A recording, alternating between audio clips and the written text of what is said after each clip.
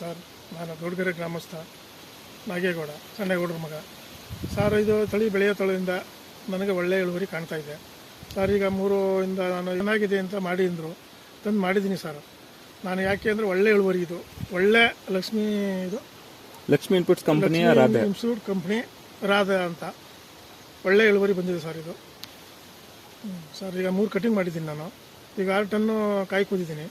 ಇನ್ನೂ ಒಂದು 6 ಕುಯ್ಲು ಕುಯ್ಯೋ ಮಾಡ್ತಲೇ ಕಾಣ್ತಾ ಇದ್ದಾವೆ.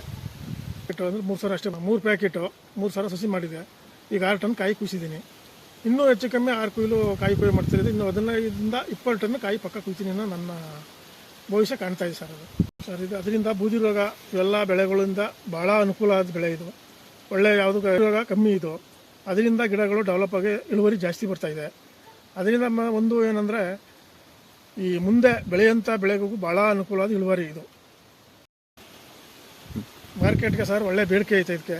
ನಮಗೀಗ ನಮ್ಮ ದಳ್ಳಾಳಿ ಏನು ಮಾಡ್ತಾ ಇದ್ದಾನೆ ಅಂದರೆ, ರೈಟು ಬಿದ್ದೋಗಿದ್ರು ಸರ್, ನಮ್ಮ ಕಾಯಿ ಮುರಿಸು ಅಂತ ದಿನ ನಮಗೆ ಟಾರ್ಚರ್ ಮಾಡ್ತಾ ಇದ್ದಾನೆ. ಅದರಿಂದ ಒಳ್ಳೆ ಬೇಡಿಕೆ ಐತೆ ಸರ್. ಇದರಲ್ಲಿ ಯಾವುದೇ ಕಾರಣಕ್ಕೂ ಇಳುವರಿಗೆ ಅಲ್ಲಿ ಯಾವುದಕ್ಕೆ ಅಲ್ಲಿ ಒಂದು ರೋಗ ರೋಚನೆ ಜಾಸ್ತಿ ಇಲ್ಲ. ಇದಕ್ಕೆ ಔಷಧಿ ಸಿಂಪಲ್ ಪ್ರಯೋಗ ಮಾಡಿದ್ರು ಪಾಸಾಗಿ ಬೆಳೆ ಬೆಳಿಬೋದು. ನಮ್ಮ ಧನಂಜರು ಪುಣ್ಯವಂತರು ಒಳ್ಳೆ ಬೆಳೆ ಕೊಟ್ಟರು ಇದು ಮಾಡಿ ಅಂತ. ಅದರಿಂದ ನೋಡ ಸರ್ ಒಳ್ಳೆ ಇದಾಗಿ ಬಂದಿದೆ. ಇನ್ನೂ ನಾನು ಒಟ್ಟಲ್ಲೇ 15ರಿಂದ 20 ಟನ್ ಕುಯ್ಯೋ ಮಟ್ಟದಲ್ಲಿ ನನ್ನ ಉದ್ದೇಶ ಕಾಣ್ತಾ ಇದೆ ಸರ್. ಬೆಳೆ ಇನ್ನೂ ಇಲ್ಲಿವರೆಗೂ ಯಾವುದೂ ಒಂದು ಅಡಿಲಿ ಹಣ್ಣೆಲೆ ಆಗಿಲ್ಲ, ಒಂದು ಇದು ಕೀಟಾಂಶಗಳು ಕೆಟ್ಟ ಇದು ಬಂದಿಲ್ಲ.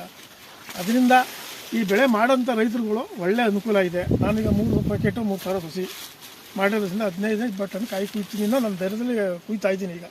ಈಗಾಗಲೇ 6 ಟನ್ ಕಾಯಿ ಕುಯ್ದೀನಿ 3 ಕುಯ್ಲಿಗೆ.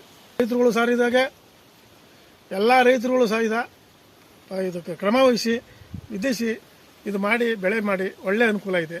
ಏನಾದ್ರು ಇದು ಎಕರೆಗಟ್ಟಲೆ ಮಾಡೋದಾದರೆ ದುಡ್ಡು ಸಿಕ್ಕೋದೇ ಆದರೆ ಒಳ್ಳೆ ಬೆಳೆ ಮಾಡ್ಬೋದು ಸರ್ ಇದು.